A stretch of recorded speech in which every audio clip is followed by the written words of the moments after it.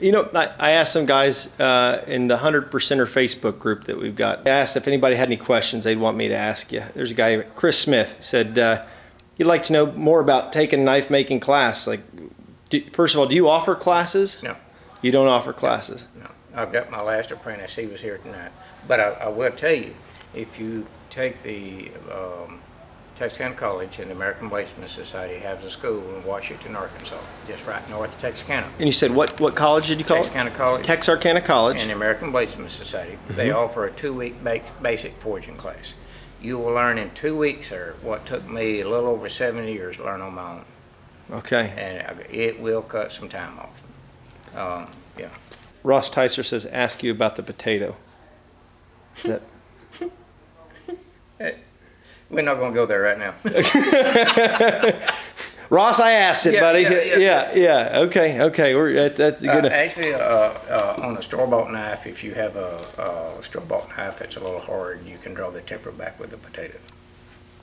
Sticking the blade in and bake you 5 or 6 potatoes and stick that blade in there. Bake them in about 500 degrees. Stick it because that potato's wet and moist, and it will hold heat for a little while. And you can stick it in several potatoes and you can draw it back a little softer. That's nice. That's a nice little trick there. The old store bought. Yeah. Some of them good, some of them not so good. Well, I tell you this. You are a designated living treasure. Is that right? Yeah. And that's now. When I was talking to Mike, he mentioned. I guess he saw you out forging blades in a parking lot, and I guess you were involved in the Arkansas. Is it there's a dying arts? Yeah, we have an Arkansas Living Treasure program now for traditional artists, and so when I received that one, Huckabee is the one that recommended me, and then they voted on it and all that stuff, and so then I come back home, and how come we don't do this in Arkansas? So I wrote the bylaws and went to the Arts Council and the governor and everything, and we got that established. And it's been really, really nice. We have one, which is James Cook, knife maker. We'll probably have another one down the road. But it has recognized some nice old folks that are working down art.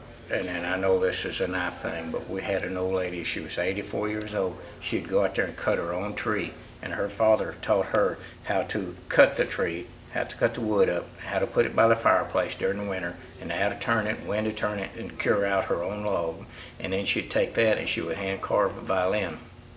And I mean, just from cutting her own tree all the way to the finished violin. Boy, now something like that needs to be recognized as an art form. Absolutely. And then we have a gal that makes quilts in Arkansas. She gets, last time I knew, the quilts is $22,000 a pop. We've got a basket maker that gets $15,000 to $20,000 for a basket.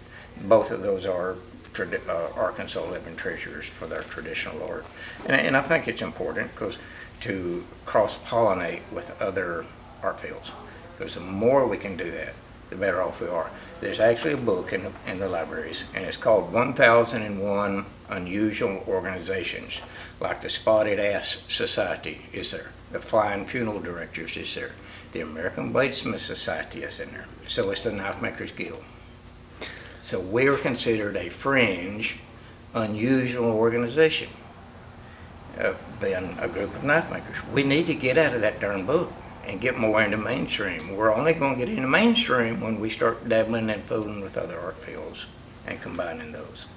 I've got ceramic artists that are making display stands, and I've used basket makers, so because their customers are now going to get interested in the knives because they follow this person, and so we've got to cross-pollinate more. Mm-hmm. Tell me a little bit about your stance on sole authorship of your knives. I'm pretty big on that. I like doing all of that because, and you look at this both ways. I know, like in Sheffield, they had guys in building 1 and 2 and 3 and 4, each of them doing a part of it. But then also too, I like the ideal of my own self. I'm a romantic at heart. I like the ideal of the armor knife maker traveling from kingdom to kingdom and making a sword or a dagger for the royalty and going all over. And what fascinates me is when I was dabbling there at the Hermitage, working a little on restoration behind the curtains, like any museum, you have pieces that are not on exhibit because of time or room. And there was a dagger back there. There was 5 different countries of influence in that dagger. That guy who made it, and it was made by one individual, he traveled all over Europe and Russia. It was French, it was Italian, and it was just, it was amazing to see those different countries' influence on that one dagger. And that has stuck with me ever since and reaffirmed, I want to do this. I want to do this myself. You know, the drawback is we're all trying to reinvent the wheel. And that's why it's cheaper, faster. Go take a class somewhere. It's already been invented. And it may be $500, it may be $1,000, but how much are you going to get for these knives? So in the long run, this is a lot cheaper, and we don't have to reinvent everything ourselves.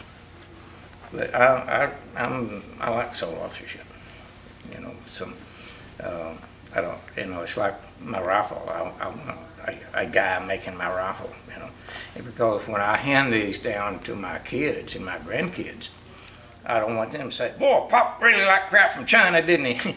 I want them to say, "Oh, do you know? Hey, this is handmade. Do you remember when he took it on such and such hunt, or he got lost, or he, you know, had to eat a duck, or whatever it is you're doing with this knife?"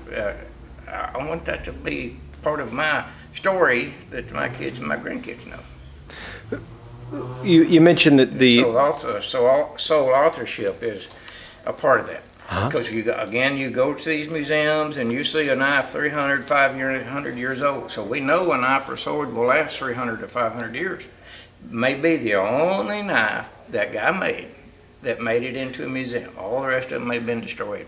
All right, so every knife that comes out of my shop, is this the one that's going to survive, and this is the one who's going to be in the museum? So whether it's a functional hunter or it's a gold encrusted sword, and I've made them, had up to a pound of gold on them before.